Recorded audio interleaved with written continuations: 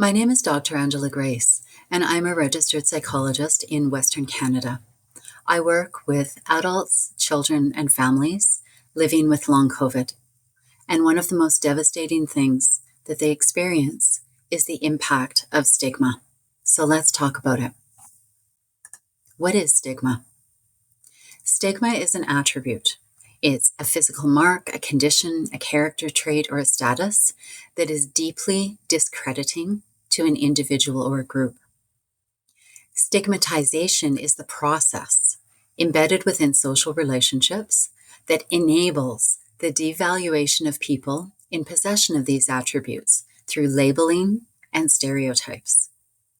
Discrimination are the actions and behaviors that endorse these stereotypes and disadvantage the people that are labeled. What are the impacts of stigma? There is psychological stress, fear, anxiety, depression, and that can lead to self-harm. When there is stigma, there is a continued risk of transmission of infectious diseases. There can be delays in diagnosis and initiation of treatment. There can be more rapid advancement of the underlying condition. There can be increased disability, increased morbidity, poorer prognosis, and increased mortality. There can be restricted participation in social activities, including loss of life chances, such as education, social benefits, and employment. And there is an undermining of public health efforts. Dr. Rondemont, out of the University of Alberta, has studied stigma and COVID-19 and long COVID. And he found in his research that acute COVID can stigmatize. And this is based on fear and misinformation. So like other infectious diseases, COVID-19 is caused by an infectious agent transmitted through close contact with others. Like other diseases, like Parkinson's disease, the body of knowledge surrounding COVID-19 is complex and incomplete. Like other conditions, like obesity, epilepsy, mental illness, etc., there is mis- and disinformation, often perpetuated through social media, and this misinformation can fuel public attitudes. There are several reports that have confirmed stigma among patients with or quarantined for acute COVID-19. Another study found that the majority of healthcare workers, merely by providing care to patients with acute COVID-19, experience discrimination. This stigma is associated with COVID-19 being a discrediting medical condition. Patients with long COVID had experiences similar to the stigmatization and discrimination reported by researchers studying other discrediting medical conditions. Patients are accused of malingering or laziness. They are alienated from family, friends, and coworkers. They are subjected to excessive isolation precautions, and they are often discouraged from returning to work and are often unable to return to work. Children with long COVID face stigma. Children with long COVID in this study often felt significantly more frequently embarrassed about having long COVID. They're embarrassed about having physical limitations. These children with long COVID and other viral-induced illnesses had a normal life. Then they got sick and their life drastically changed. They felt valued less due to having long COVID. They felt different than their peers due to long COVID.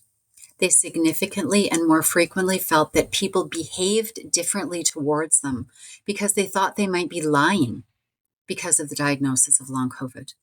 They felt less respected by others. They thought that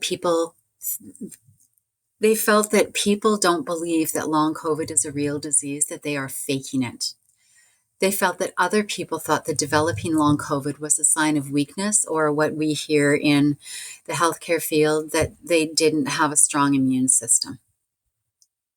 They felt that other people were going to judge them negatively due to their diagnosis of long COVID.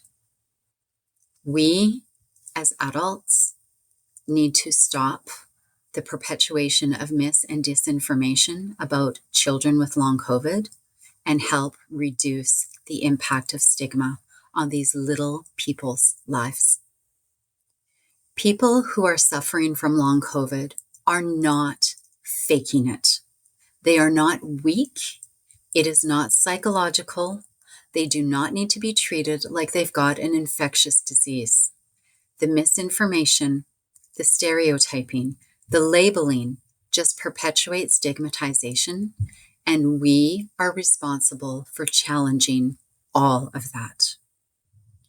Stigmatization strongly impacts people that are oppressed, and it is important to watch this video about healing in pandemic times, Indigenous experiences of stigma.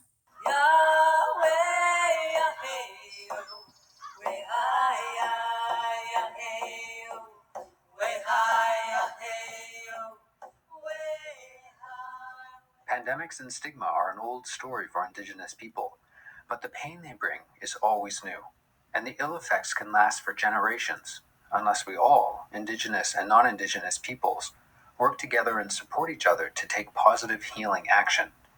Everyone can learn from the past to respond proactively to the current COVID-19 pandemic. A shared commitment to addressing stigma and discrimination in the face of COVID-19 is vital. A shared commitment will reduce the burden of generational trauma and loss that Indigenous people experience as a legacy of colonization, residential schools, and previous pandemics. Pandemics can promote harmful stigmatization. COVID-19 is a physical virus. Stigma is a social sickness.